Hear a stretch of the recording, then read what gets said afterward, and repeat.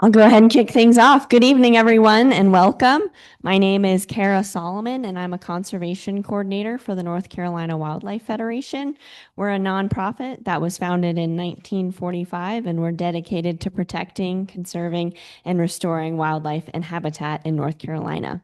So we are simulcasting. We're joining you live from Holly Springs, North Carolina. Thank you to the folks online that are joining us virtually. I will be your moderator this evening. So if you have any questions for those of you in the room, we'll save questions till the end. So if you have a question for our speaker at the end, raise your hand. We'll run around with a microphone. Please speak into the microphone so that the people online can hear your question. For the people that are online, if you have a question at any point during the presentation, you can type them into the chat or the Q&A feature, and I will read those to our speaker at the end. So again, in the room, raise your hand at the end. We'll come around for questions. If you're online, you can type them in the chat at any time.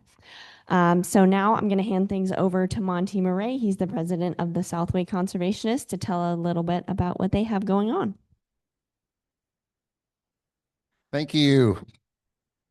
And hello, everybody out in Zoom land and everybody here in Holly Springs. How's everybody doing tonight? Yeah, doing all right? Good.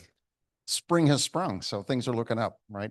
So we are the South Wake Conservationists. We are an all-volunteer organization, and we're part of the North Carolina Wildlife Federation. And we are pretty much on the same mission, right? Which is conserve and improve wildlife and habitat and diversity. And I'd like you to check in the back tables here. We have some information about the chapter if you haven't seen it. We also have an interest survey. There's a QR code on there. You can point your phone to it if you'd like to say, I'm interested in doing that maybe. We'd like to follow up with you. And then also you can buy t-shirts, and those are available back here. So it's a good look. Here are some of our upcoming activities. We got a pretty busy month as usual. This Saturday, we have a spring ephemerals, yay spring, right? And all the ephemeral plants are starting to pop up. So it's a great time. We're going to do this at Swift Creek Bluffs Nature Preserve, which is right down the road here in Raleigh. And that's this Saturday with Dr. Eric Pauly. He's a great guide for anything to do with botany. We have a river cane restoration at Walnut Creek Wetland Park, which is in Raleigh. And that's on March 10th. We have an invasive, we do work too, right? We don't just do fun stuff. The work is fun though. I think Dave would say it's fun, right? But we have work days. So there's an invasive plant removal at Johnson Environmental Park. This is a park in Fuquay-Varina that we've recently started getting involved with. And we're really excited about a partnership with Wake Audubon, which has been doing some good work there. So we're doing this together with Wake Audubon.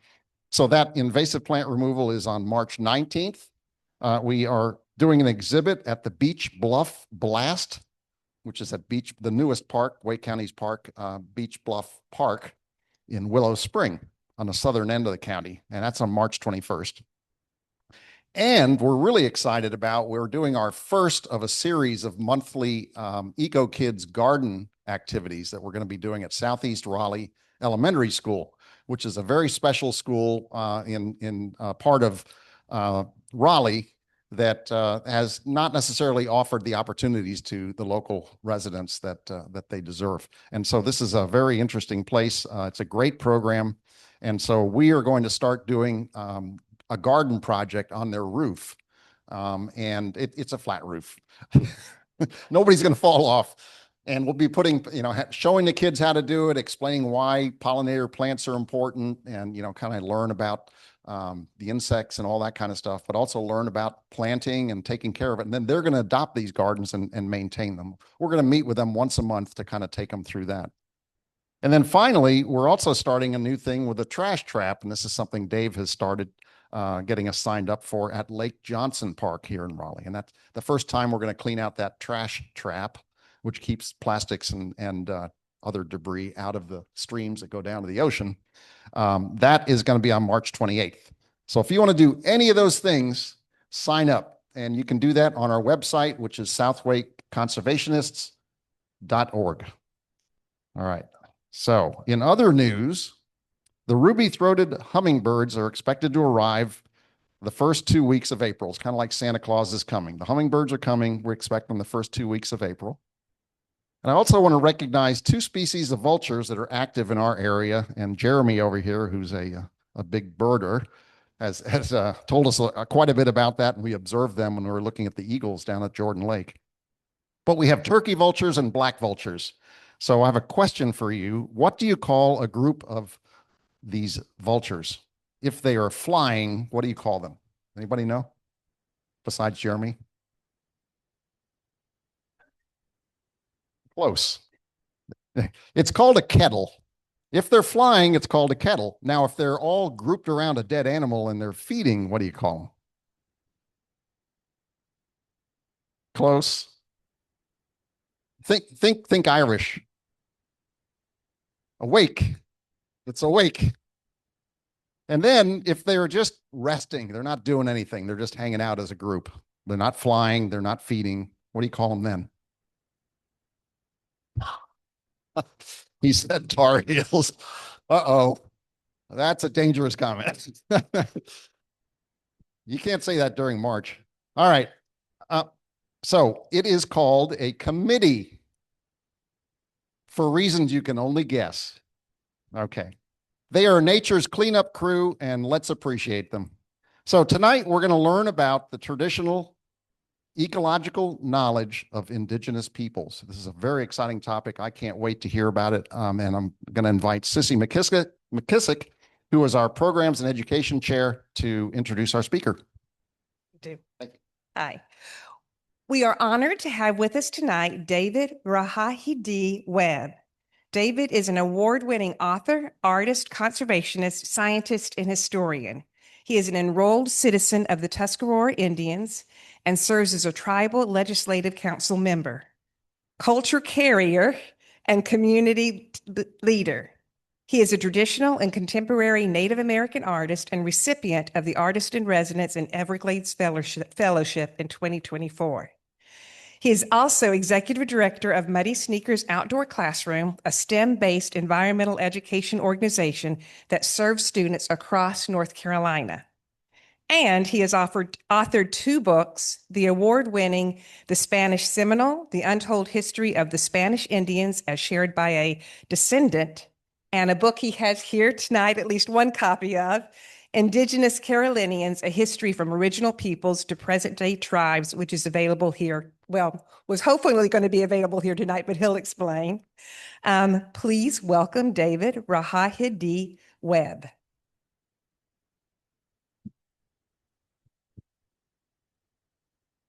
Thank you, Sissy, and thanks everybody for having me here tonight. I appreciate it being out here with all of you fellow conservationists. Thanks, Monty. All right, so I'll share a quick opening in my language. Chwet nagayas twaskana David Gyaset uchat Rahahę di haksana hewawe skarure di wagasnupne disne squarine gisaset de disne raleigh waknene gaterdas waknene. So I shared my name is David, and my real name is Rahahę, or He Makes the Path. I am Tuscarora, and I belong to the Wolf Clan. And I said I live in Raleigh, but this is our traditional territory of the Tuscarora people. Raleigh used to be called Gaterdas, which means they are fierce. It was the capital of the upper Tuscarora towns right here in Wake County. So that is a little intro, and I was going to share another address in our language as part of this traditional ecological knowledge talk tonight. And since we're recording, I won't be able to share that, but maybe afterwards I can share that if anybody wants it to hear it. And this presentation is a little bit of a hybrid. The traditional ecological knowledge talk, I usually share that as a workshop. And so it's participatory and experiential and interactive. And there are some breakout groups and different activities that we do as part of that. But I combine that with a little bit about Muddy Sneakers. So go ahead and see if this clicker, awesome. Let's see if it's on.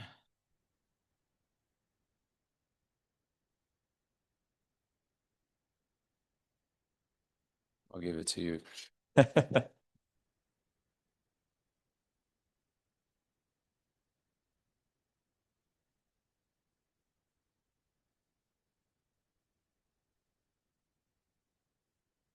I could always do the analog way and push the button on the computer. Let's see if it works. Maybe.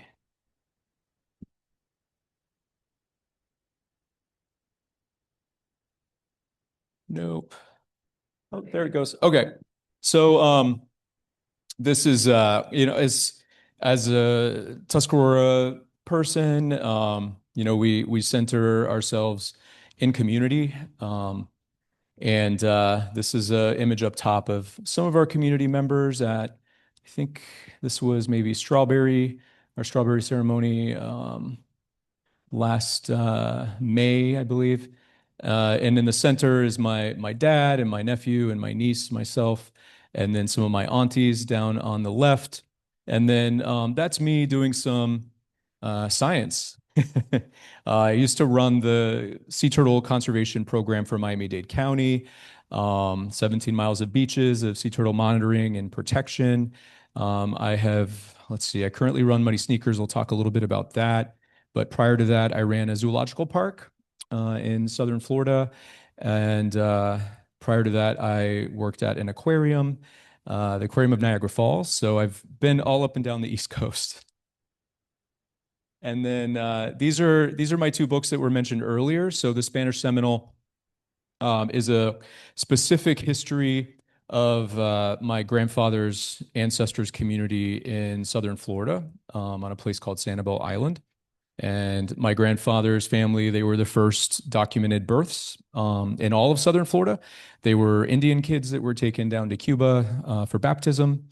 And I traveled to Cuba and translated a lot of primary records, both there and here in the States, and did a full deep dive into the communities. And my direct ancestor was a member of those communities. The whole family was.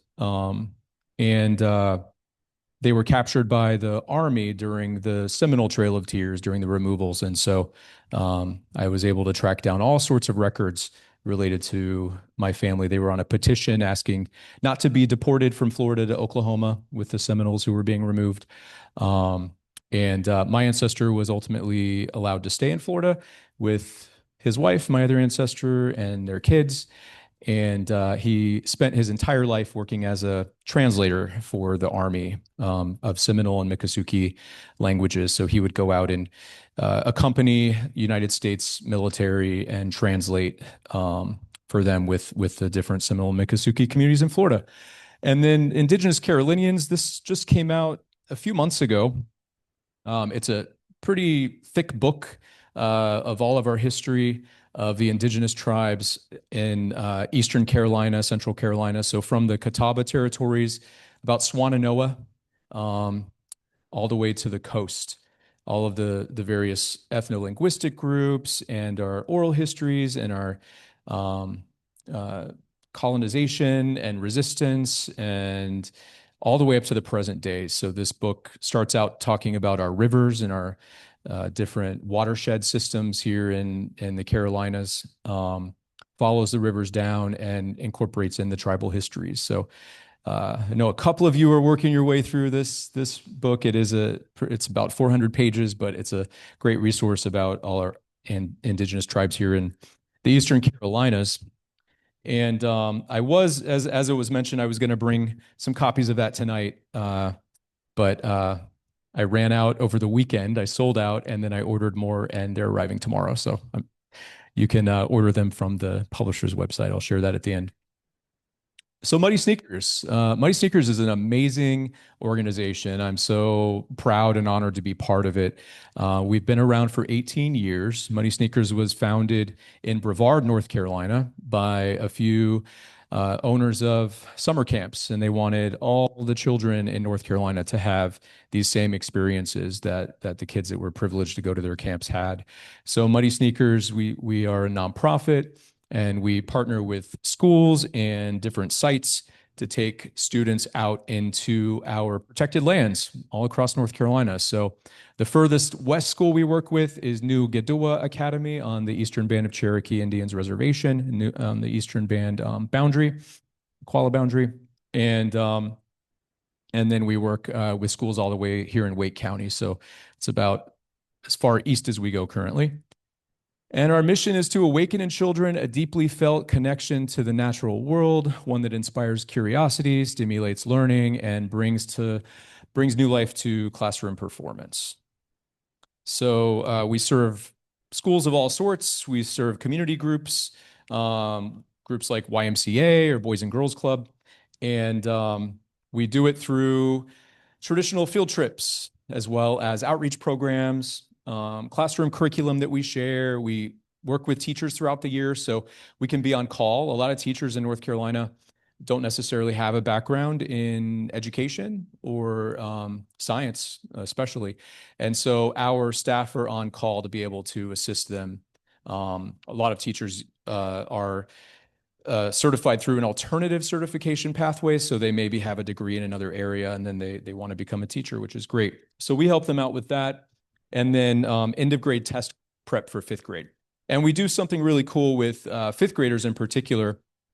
We partner with schools and they get taken out into our natural areas several days throughout the school year. So partnering with NC State, we evaluate those programs, and I'll talk about that in just a minute. These are the specific counties that we're going to serve next year. We've actually downsized a little bit. This entire map used to be colored in all the way from the western point of the state to across the entire Piedmont. But we've decided to contract a little bit here so that we can better serve the schools right in these hubs, as we call it. And partnering with NC State University, every year they do an evaluation of our program. We're currently just getting into our 2026 evaluation. We survey students and teachers, and we do pre and post evaluations with the kids when they go out to assess how much they learn, to assess their connection to nature. So how much does our program help to facilitate a connection to nature, learning science, health and well-being, including mental health, getting kids off devices and the impacts of that, getting them outdoors, and engagement and learning. So shifting gears from muddy sneakers, as I mentioned, this is a hybrid presentation. We'll now talk a little bit about traditional ecological knowledge and what that is and how it matters to environmental education and to all of us in conservation. So something that I incorporate into my research work and publication is decolonization, and specifically decolonizing research and how our stories are told. So traditionally, history is told through a lens of the person who writes the history. And our understanding of history as Indigenous communities is very different from the dominant culture's understanding of history. So including Indigenous voices helps to provide a much more balanced and much broader education about what it is that we're talking about. So this in particular, when we talk about traditional ecological knowledge, when I introduce groups to this, we usually do an activity. A couple of you have done that activity, but it helps people to really understand perspective and how, even though we're all sort of in the same place, we see very different things. And that's really what traditional ecological knowledge brings, because there's a different worldview, a different way of seeing nature. And something you'll notice is in my talk and in other talks, you'll oftentimes hear different terms for Indigenous people, and a lot of non-Native people have discomfort when talking about Indigenous people because they feel like they might say the wrong thing. But a lot of these terms are acceptable in different contexts. So for instance, when teaching about a traditional tribe or nation, refer to that specific tribe or nation by their name. Instead of generalizing all Native people as sort of a monolith, we have hundreds of different Indigenous languages. There are over 500 and 75 recognized tribes in the United States, many other recognized tribes in Canada and Mexico, and into South America. And all of those tribes have their own languages and history. They're different ethnic groups, very genetically different from one tribe to another. And it's good to refer to tribes as individuals by their name so as not to generalize. And the terms American Indian, Indian are legal terms. So on paper, I am American Indian, and that is the legal term for what we are. Tomorrow, I'm speaking at the North Carolina American Indian Unity Conference, and that's all of the tribes in North Carolina getting together and sharing and moving forward as different tribal communities. And that, as you heard, is referred to as American Indian. Also, Native American, Native or Indigenous are acceptable. And depending on who you talk to, some Native people don't like being called Native American. A lot of Haudenosaunee people, people from upstate New York and Western New York, the different communities there, like the Mohawks to the Senecas, have really strong ideas about sovereignty. And so the term America or American is much younger than our people by tens of thousands of years. And so our identities are much older than that term American. And again, avoid generalization. It's important to use present tense. A lot of the time when people teach about Indigenous communities, they always want to relegate us to the past and almost make Indigenous people like we're not around anymore. That actually is a part of settler colonialism that comes through the way lands are settled. And it's not just in North America, but when settler colonialism occurs, not only are Indigenous people oftentimes removed, or like in the case of my family, as I mentioned, or eradicated in one way or another, but the people who remain are invisible in a certain sense, and that is intentional. Also, refrain from using terms that perpetuate stereotypes.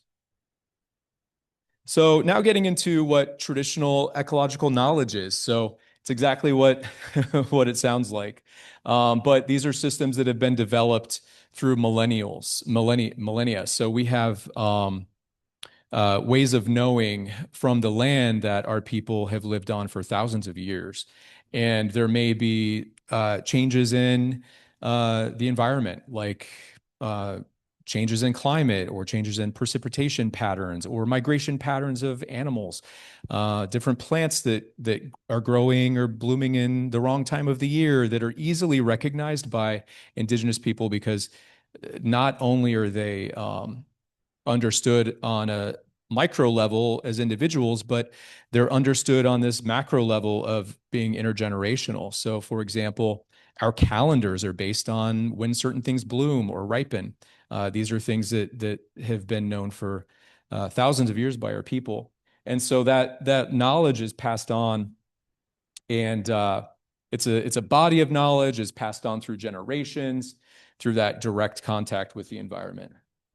And as I mentioned, our calendars. So these are some different calendar systems that in our calendar, we have a cycle of Thanksgiving that takes place. And so most things we do in our culture, we sort of use a counterclockwise way of moving. And so when we're dancing or working in different spaces, we'll move counterclockwise. And so our calendar is set up that way. And some people will use the back of a turtle shell, a turtle carapace. Turtle carapace, it typically has 13 large scutes or scales on the back, and then 28 marginal that go around the outside. And that coincides with the lunar cycle. And so there are 12 to 13 moons in a year. And as you know, 28 days in that cycle, and that can be counted around using those scutes on the shell. And so that's one way that sort of just naturally ties in our environments into things like cosmology.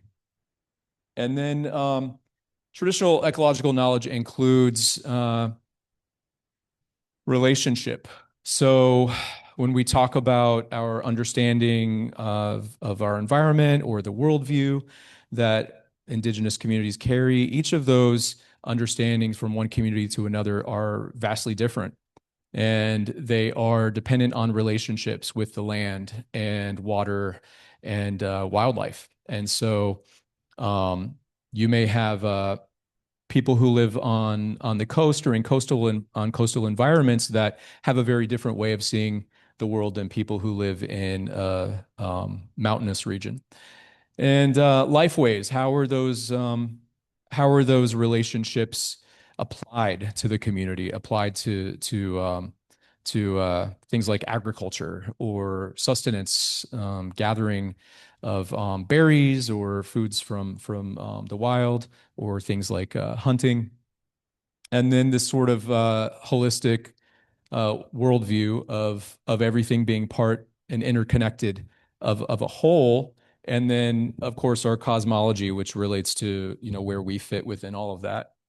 And so another important part of this is oftentimes seeing animals as having agency, as being sentient and having their own wants and likes and dislikes and emotions and thinking. And so oftentimes in our stories, we have animals that communicate in different ways to express themselves. And they have agency in those stories. They're not just something passive or an inanimate object.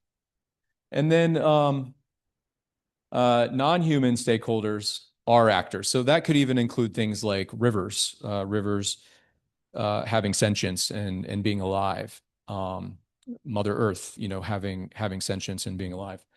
And then when we get into land management, here in the Piedmont of North Carolina, the environment here used to look very different than it does now. Does anybody know how it used to look, say 500 years ago? What would it have looked like maybe in this area? Prairie, yeah, very much prairie. The lands from here to the other side of the Yadkin were managed by Indigenous people through prescribed fire. And there were bison and other large animals, wolves and elk and deer. And when John Lawson came through and wrote about this area in 1701, through 1711, but he wrote that there were herds of deer and really large herds of deer that were moving about, and jaguars, believe it or not. There were actually jaguars that they called tigers. But so it was vastly different here just 500 years ago. And once you stop managing the land with fire, as many of you know, you have these different species that come in and take over and become dominant. And so even today in areas that are disturbed, if you have a pineland that needs fire to exist and you suppress that fire, you'll start having oaks come in and other types of trees that will dominate and even change the hydrology of the land. And use of water, sustainable collecting practices. So in some traditions, and this could vary from one to the next, but in some traditions, when collecting like medicines, you would collect maybe one out of every four that you come across. So the other three would be there to continue to reproduce and sustain those into the future. Sustainable agriculture, moving fields about, not just staying in one spot and depleting the soil and the nutrients of the soil there and causing erosion over time, actually picking up and moving to another spot and burning that spot so that those nutrients go into the soil, and then using those trees to build longhouses like our ancestors lived in. And then studying weather patterns and variations.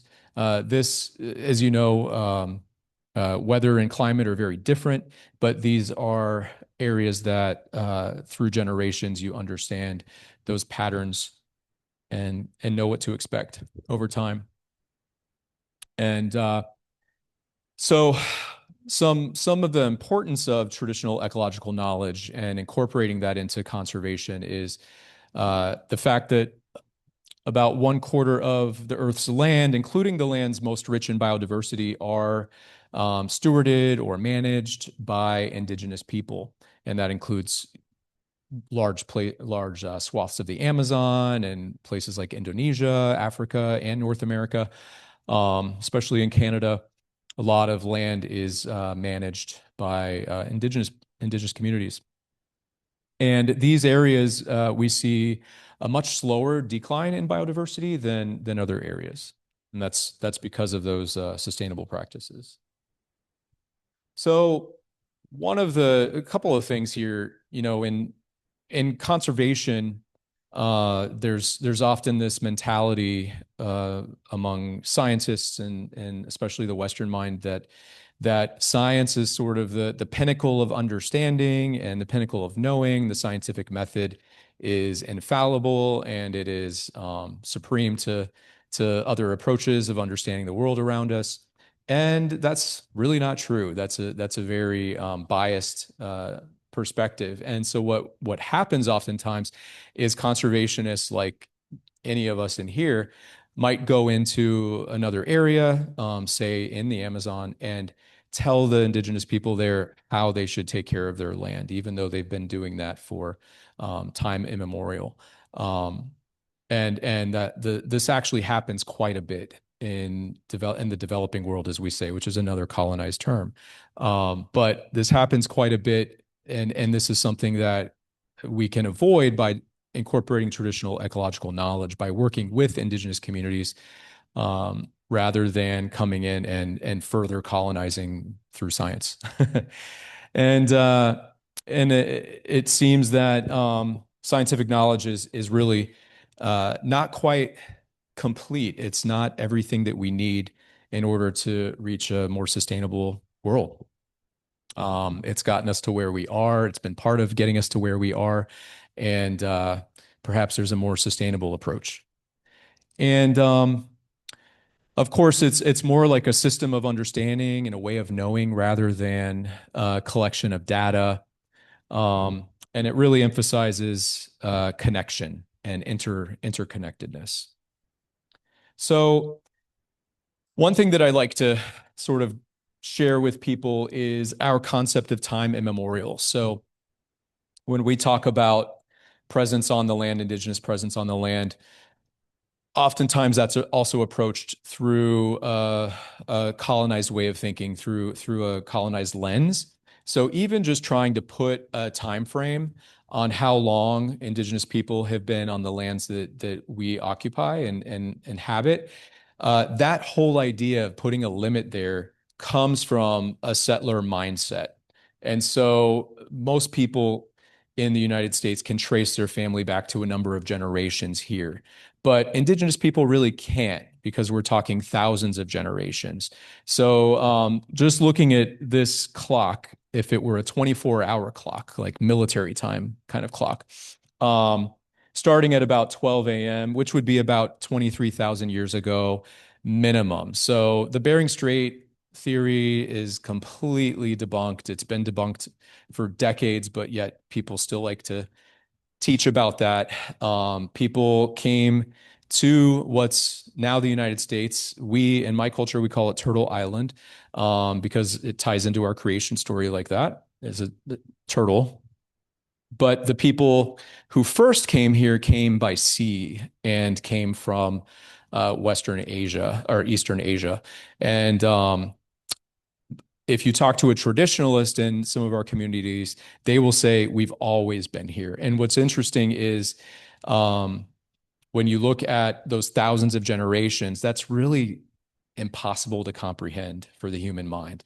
You can theorize about it, and you just can't fathom the lifetime spent and those experiences of those people that came before us. And so having 5, 6, some of my settler ancestors have been here since the 1600s in what's now Virginia and North Carolina, and intermarried, obviously, with the indigenous populations. And continued to persist as Indigenous communities through that time.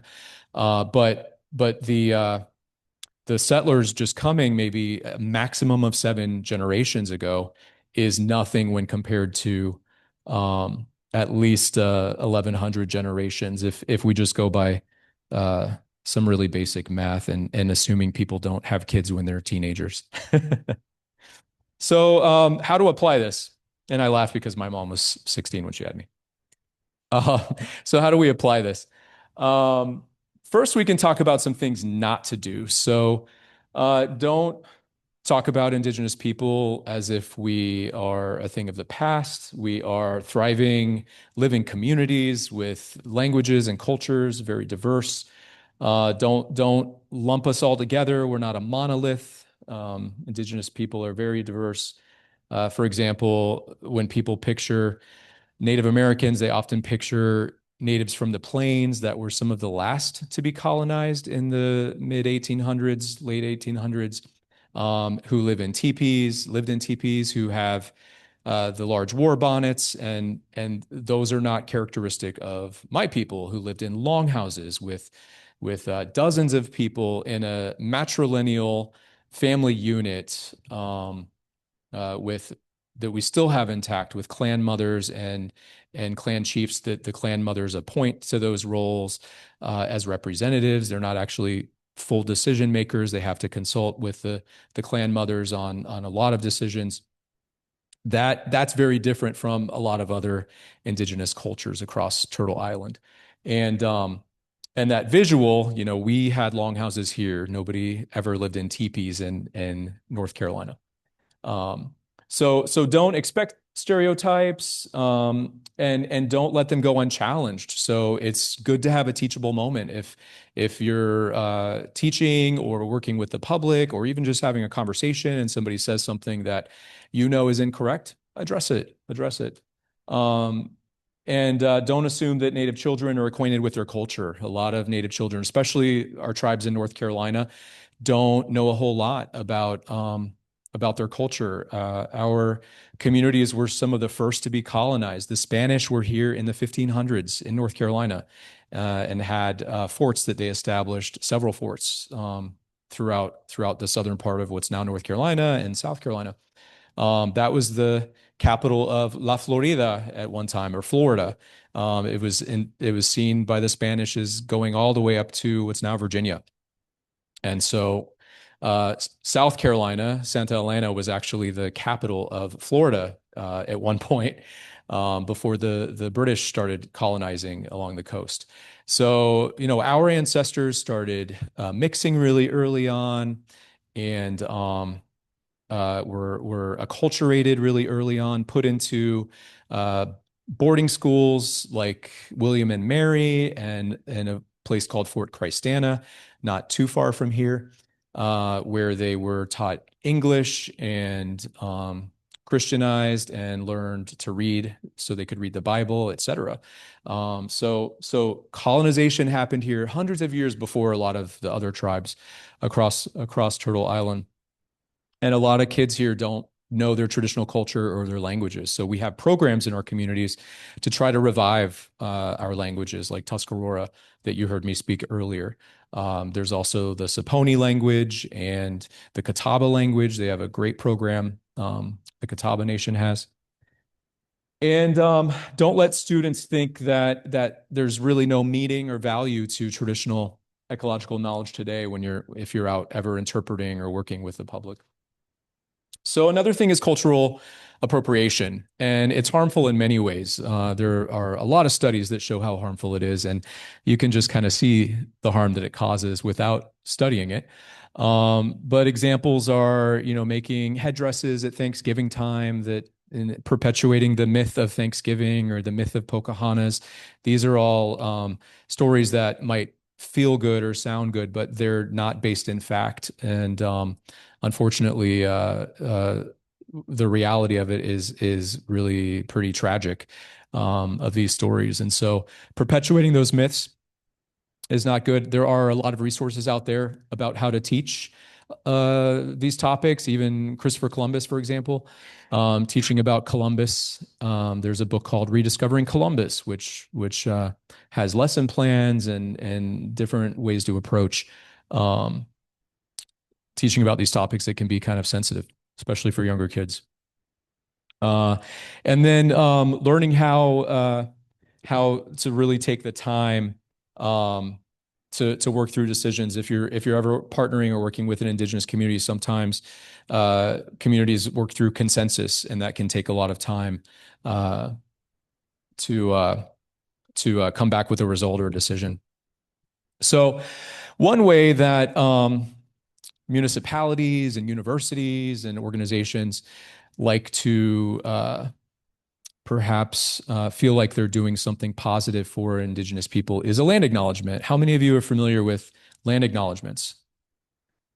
Great. A little bit, yeah. So a land acknowledgement typically on the surface is for example, if somebody came here who worked for the city of Raleigh, and they shared their land acknowledgement before starting the program tonight, they would acknowledge the traditional people who lived and then the people who still live in this territory. So the city of Raleigh land acknowledgement discusses the Occaneechi Saponi, the Saponi people, the Halawa Saponi, which is a tribe out in Halifax and Warren County, the Lumbee, who actually never really inhabited this area. They're further down in Robeson and surrounding counties. It's a way of feeling like you have a connection to those communities and you're acknowledging them, which is great. But it's much more important to make those actionable. So something I do once in a while is help with land acknowledgements, but particularly in how to make them actionable. So with the Land Conservancy, perhaps give access to Indigenous community members for sustenance practices or access to waterways that are sacred. For example, the Neuse River is a sacred river to the Tuscarora, and we call it Kahtenuaka, which means the cypress tree. And it refers to the Neuse River, and especially as you go further down the Neuse River, you encounter more cypress as you go down. But there are when you have land that you're holding, a lot of the time our public lands were directly taken from Indigenous communities. So the Great Smoky Mountains National Park is an example. When you go out west, Mount Rushmore was a very sacred mountain to the Lakota and Dakota people. And the creation of Mount Rushmore was really an exercise of settler colonialism by taking something really, really sacred and desecrating it in that way and carving American president faces into the mountain, including the face of a president who executed ordered the execution of hundreds of Lakota people. So, these are places that are heavy for a lot of Indigenous people, and especially if it's a sacred space to visit. So, and if access isn't open, that creates a lot of problems. So it's good to partner in those ways. And one piece I have coming out later this year, I partnered with a few authors from here in North America, as well as Australia, including Indigenous Aboriginal Australian woman, to talk about coming up with different shared agreements, and working together in partnership with Indigenous communities, and informing things like land acknowledgements. And so having protocols of engagement in place really help the two parties to arrive at the right place. And I love this meme about land acknowledgements. So I acknowledge this car belongs to the Lakota Nation, gets in car and drives off. So that if you don't have action along with the land acknowledgement, it's essentially that. Like, this is the traditional territory of the Tuscarora, but I don't give the Tuscarora access to this land. Same thing. Or, coming up to you and taking your water bottle and saying, I acknowledge this is your water, and then proceeding to drink it. So land acknowledgements can be problematic if they're not done with actionable pieces to it. So so that concludes my hybridized presentation, and we'll have some time for Q&A. Thank you.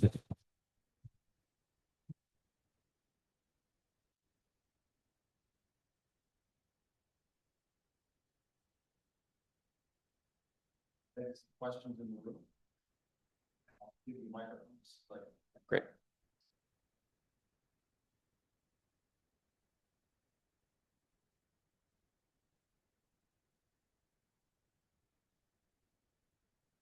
When you said that the area that we are living in, the Piedmont, used to be prairie, what was it that was prairie chosen by the people, and why was it prairie that was chosen? And I know it's a complicated process, but maybe you could just bullet point how it is that they kept it that way. Yeah, good question. So managing the Piedmont as grasslands enabled a lot of those larger mammals to thrive. And so having the food, the grasses being available for them to graze on allowed their population to increase. And so providing more of their food source and more habitat for them allowed to have a lot more deer and bison and animals that could be important food sources. And so they were the land was managed in order to manage it as habitat for those animals that then could be hunted. And even beyond just having the Piedmont being grasslands, as when European colonizers first came to Virginia, they wrote that they could ride their horses through the forests, that the forests were also managed similarly to where the growth was higher up, and it was managed for those grazers as well. Yeah. I have a question from online. Are there any longhouses in North Carolina? There are, yeah. So longhouses, longhouses are a little different for us nowadays. So we don't live in longhouses. We live in residential homes like everyone else.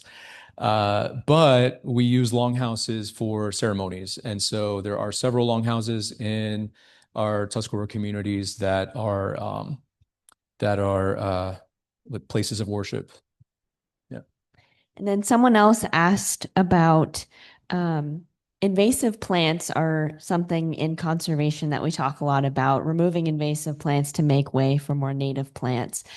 Are there methods that could take us more back to the traditional ecological knowledge using fire, something like that, to remove invasive plants besides just pesticides, glyphosate, those kinds of things? Oh gosh, yes, absolutely. And there's I could give a whole talk on that, even though that's not even my direct area of expertise. I was at one time certified to do prescribed burns, and I've done so much invasive removal, from pythons in Florida to invasive trees.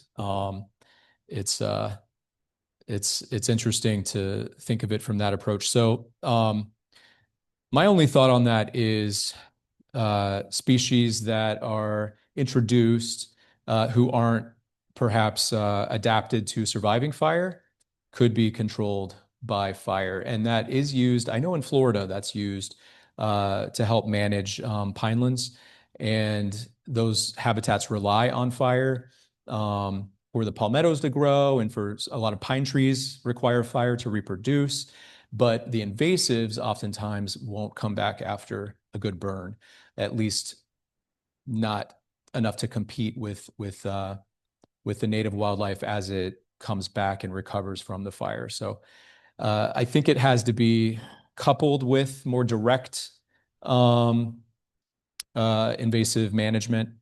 And so it can't just be used by itself. There has to be like spot treatment and specific removal. But that would be my take, and that's just my nerdy environmental scientist answer. Hi, Bob Brown. This is more informational than a question, but maybe of use to you. I'm on the board of the National Wildlife Federation, and one of the committees they put me on, this is a new thing this year, but is Native American and Indigenous Peoples Working Group. And it's kind of the project this year really is just trying to find out how many agreements we have and activities on Native American lands, and including, we use the word indigenous because it includes Inuits and Hawaiians as well. Part of that, I'm also the former national president of the Wildlife Society, and I looked up what the Wildlife Society was doing. They have an Indigenous Peoples Working Group that is Native American biologists, part of the Wildlife Society, and they put out a wonderful document. I think it's about 35 pages long. Maybe you've seen it, on how to interact with in wildlife management on Indigenous people's lands. It's a really handy thing. I know, to my knowledge, the only thing we've done in North Carolina, the North Carolina Wildlife Federation, we planted some trees on the Cherokee Reservation a couple of years ago. Hickory trees. Yeah. Anyway, that's just what's going on here, and two major organizations that are trying to do some things nationally. That's great. Yeah, thanks for sharing that. I think there's also a couple of projects involving the Eastern Band of Cherokee and the Catawba with cane, with our native cane, for trying to restore the variety that grows larger that can then be used for cultural practices. I've heard of the Native American, like, Indian burial grounds. Was that such a thing, and have they been preserved, or are they still, like, around? Yeah, are you speaking about any in particular, or No, just in general. Okay. Yeah, absolutely. There are Indigenous cemeteries all over the place, and a lot of them are not identified. How many of you saw the year and a half or 2 years ago in Carteret County? There's a large cemetery that was being developed. So some of our Tuscarora people were directly involved in trying to save those graves. So there's in Carteret County, Cedar Point, I think it's called. There's a really the state archaeologist actually identified it as probably the most significant archaeological site in North Carolina. It was a really large town site with several longhouses and a lot of graves. And when you go to that site, there are exposed graves, bones actually on the ground there. And they were actively building houses on top of these graves. And there was lobbyist money involved, and a developer involved, and a lot of shady stuff happening there. And a group of Tuscaroras and other Indigenous people went out to have a day of prayer, and they were met with violence from people who lived there in the community, unfortunately. And it was in the news quite a bit. And my sister, Brandy Locklear Alvarez, was really heavily involved in that. And she had her children with her, 8-year-old twin kids with her. And so it is very much an issue still today, and something that we have to deal with, where if you could imagine your grandparents' grave that is a place that you visit and revere, rather than consulting or caring that grave is there, just having somebody want to go build a house on top of it, or prevent you from accessing it in the first place. It's very much a real issue. Yeah. And there's a law in place, NAGPRA. It's the Native American Graves and Repatriation Act, that requires consultation with tribes oftentimes, but that doesn't often happen. So it's a big process to try to identify who the descendants of these different sites are, and then to consult with leadership of these communities. And sometimes that's contested, and that also applies to museum collections. Right here in Raleigh, some of the museums and universities have our ancestors' bones in their collections, and that's also very problematic. And they used to put them on display, but at least they don't do that anymore. But this is something that with NAGPRA, those museums and institutions are supposed to work with tribal communities to return them, rematriate or repatriate them. We have another question online. Someone definitely requested a link to be able to order your book, so I'll be sure to send that out in a follow-up email.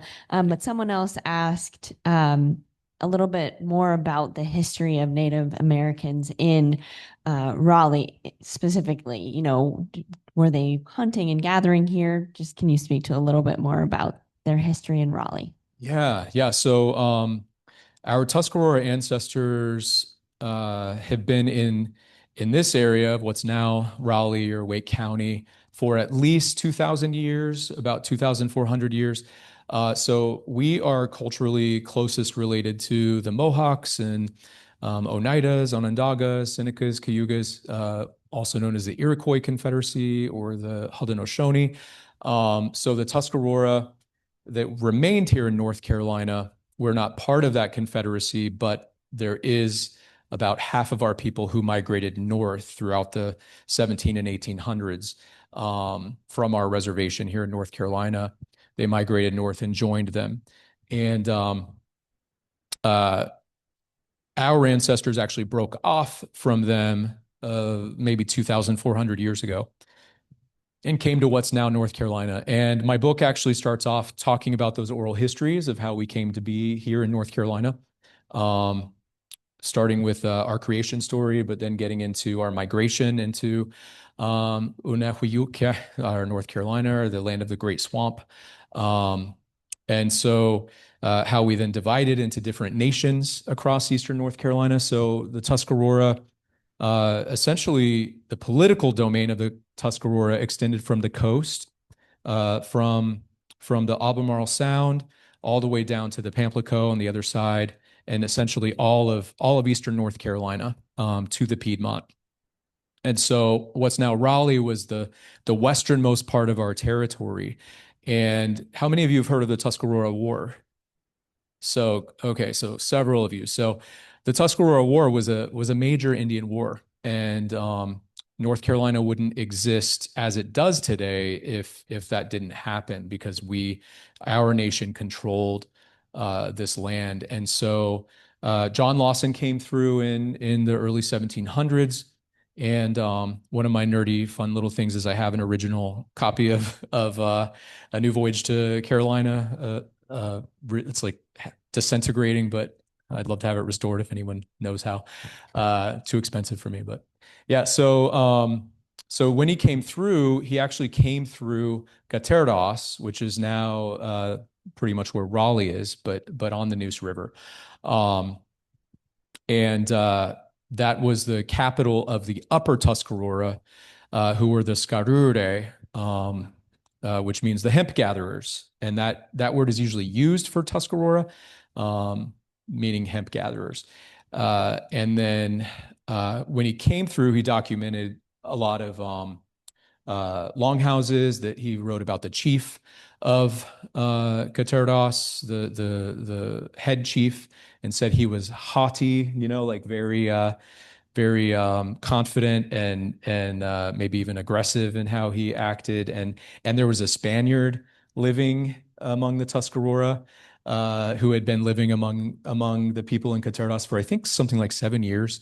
And we had extensive trade with the Spanish, which made the English mad, because a lot of the other tribes they subjugated and made them tributaries of Great Britain as like tributary nations, because they wanted that trade, but we didn't need it. We had trade with the Spanish. And so that was another thing that made the Tuscarora strong, not needing the British in that sense. So we had 15 major towns throughout Eastern North Carolina, and our population at 1711. Governor Spotswood of Virginia estimated it to be about 8,000 prior to the Tuscarora War.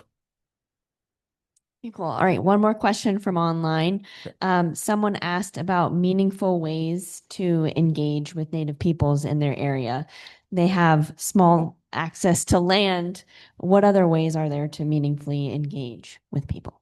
Yeah, that's a great question. So shared agreements are a good way to start out. So setting up a meeting with local Indigenous communities and identifying some shared agreements of, what are your objectives of working together? What sort of partnership might you put together? What are norms that you would like to establish in terms of communication and reciprocity and relationship there? But just starting out by reaching out to Indigenous community leaders is a good place to start. So there is a map that it's nativeland.ca, and it's largely community driven. So it's kind of like Wikipedia for Native American territories. It's not completely accurate in my opinion, and a lot of people's opinions, but it is a good place to start to look and see what traditional territory you live on and who your neighboring tribes might be. More questions in the room?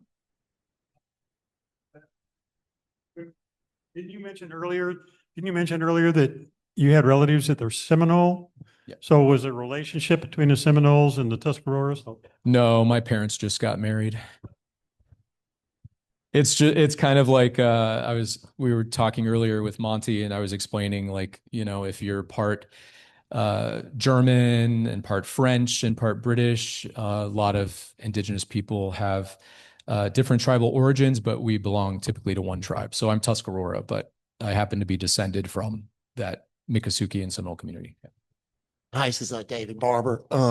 You had mentioned about acknowledgements, and we are doing a lot of work on Walnut Creek, which is a tributary of the Neuse River. What's a good acknowledgement that we could use when we're doing some of this restoration projects?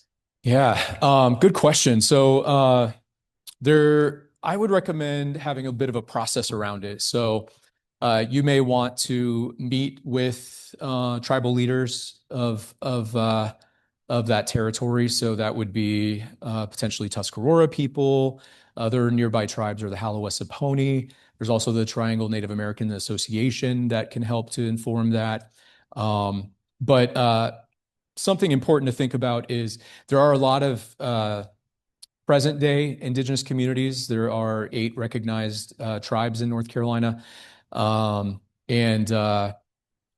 sometimes by only recognizing the present day communities of that land, you forget the people who lived there prior to the other tribes moving on to it. So I would just recommend considering the present day tribes as well as the traditional stewards of that land. And then get input from those Indigenous communities. That's very important. And if you're able to work out some sort of a agreement with tribal communities, you can do things like allow access at certain times of the year to collect medicinal plants or food items, or to use it for collecting cane, to make baskets, or access to the land to have ceremonies if that's what the community would like to use the land for. All right. Any last questions here in the audience?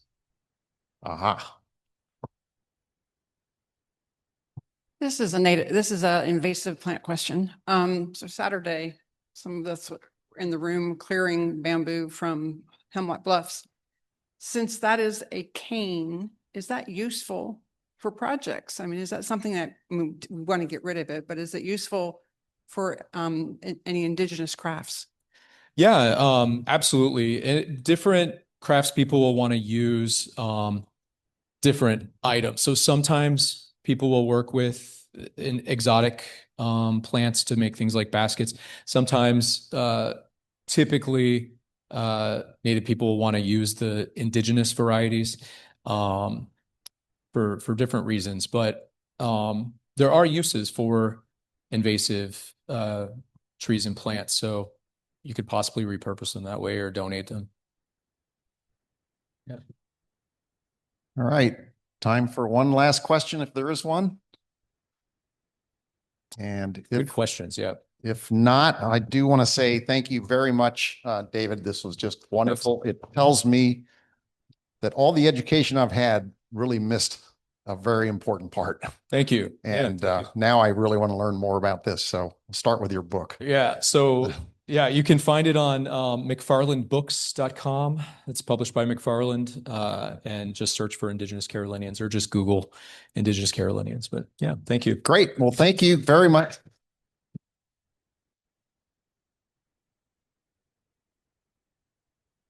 And for those on Zoom, this concludes our webinar. Thank you for tuning in tonight. For those of you in the room, don't leave. We have more. So David is here. So please, engage with David. He has so much more to share, I'm sure. And he's graciously agreed to stick around. Unfortunately, he ran out of books. So we're not going to have the book signing that we thought of, but you know where to get them. So in terms of other things we have a raffle, as you know, and there's some really, really good prizes back here this evening. So check it out if you haven't already. There's Jeremy's going to be running the raffle here. And there's a couple of really good books that have been contributed. There's a bee house. There's some handmade beautiful cards, some beautiful handmade purses, and go get a ticket. Right? So do the raffle. And then I also have an interest survey back here. If you take your phone and point it at the QR code, it'll pull up all the different activities that we do. And you can say, I'm interested in this one or that one. Please, throw your name in there. Say, yeah, I am interested in that. And we're going to follow up with you and try and get you engaged. Also, you can get the shirts. Naoma is back here with these shirts, T-shirts in all different sizes. So please, if you'd like one, this is a good opportunity to get it. Before you leave, we have some pollinator seed packets. Please take one with you. And we have refreshments at the back table. But before we end here, I do want to say that March is when we traditionally have a rollover of terms of people that are on the board for this organization, for South Wake Conservationists. So we had 3 positions that were open at this, in this cycle. One was president, one was secretary, and one was one of the 2 at-large positions. So interestingly enough, we had 1 nominee for each of those 3 positions, so we didn't need to have an election. But I'd like to recognize Jeremy, if you'd come up here, please. And Deborah, come up. Take a bow. Right. So Jeremy is just stepping into this as a new position for Jeremy as our secretary on the board. Very happy to have him here. He's an active birder. He's very active with our organization, does a lot of the activities that we do. So we're so glad to have him on the board now. Deborah, this will be a renewal of her term as an at-large member. We're happy to have her as well. And unfortunately, you're stuck with me for another term. So that's pretty much it. So thank you. Get your refreshments back here. There's some pretty good stuff.